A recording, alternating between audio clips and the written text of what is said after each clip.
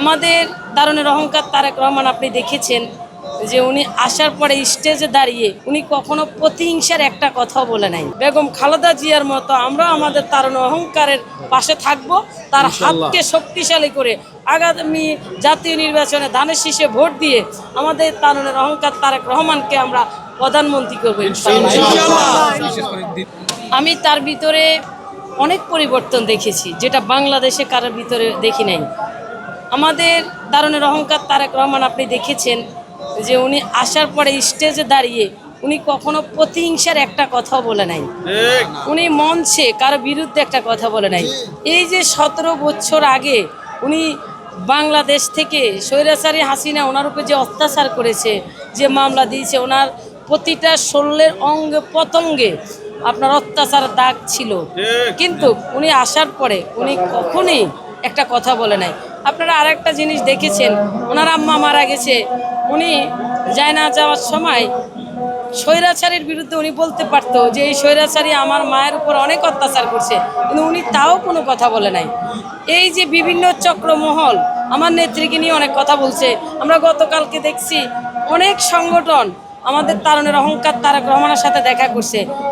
তারুণের অহংকার তারেক রহমান ওনাদের সাথেও কিন্তু প্রতিহিংসার একটা কথাও বলে নাই। তার মানে এটা দিয়ে বোঝা গেছে ওনার ভিতরে শহীদ জিয়ার আদর্শ ধারণ আছে, এটা আমরা নিজেরাই দেখতে পারতেছি। আসলে আমরা জাহেমা রহমানের বেগম জিয়ার যে আদর্শ, উনি যে দাদির পাশে থেকে দাদি কিভাবে রাজনীতি করেছে, কিভাবে বাংলাদেশের মানুষের প্রতি আস্থা ছিল, সাধারণ মানুষকে কিভাবে ভালোবেসেছে, ওই আস্থাটাও কিন্তু আমরা জাহেমা রহমানের ভিতরে দেখতেছি। সেটা আসলে আমরা তো ছোট মানুষ, সেটা আসলে রাজনীতি মহলে জানে, ওনারে ভালো বুঝে যে আসলে সামনে কাকে নিয়ে রাজনীতি ধারণ করবে, এটা তো আর আসলে আমরা বলতে পারি না। শহীদ জিয়ার ফ্যামিলি থেকে যে আমাদের কাছে আসবে আমরা তাকে মাথা পেতে নিব, সে আমাদের নয়নের মণি, সে আমাদের মাথার উপরে মুকুট। না, পরিশেষে আমার একটাই বার্তা যে আসলে আমার নেত্রীকে নিয়ে কেউ বাজে মন্তব্য করে নাই, কিন্তু এই যে কিছু কুচক্রমহল ক্ষমতায় আসার জন্য 17 বছর কিন্তু স্বৈরাচারী হাসিনা কিন্তু রাস্তায় কিন্তু বিএনপিকে বেশি দৌড়াইছে, সকল দলে কষ্ট করেছে।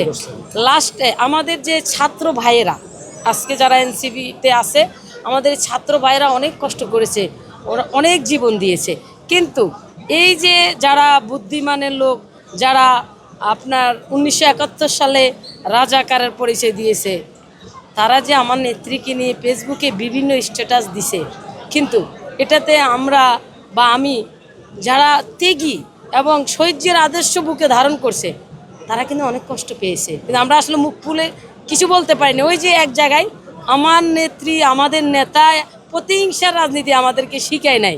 নেত্রী যেমন স্বৈরাচারীর বিরুদ্ধে কখনো প্রতিহিংসার কথা বলে নাই, তাই আজকে বা আগামীতেও আমরা কখনো এই কুচক্রমহলদের বিরুদ্ধে আমরা কথা বলবো না। ফয়সালার মালিক উপরে আল্লাহ দেখবে যে কে কেমন এবং কে আল্লাহ রহমতে সামনে জাতীয় নির্বাচনে পাশ করে, সেটা জনগণই বুঝিয়ে দিবে ভোটের মাধ্যমে।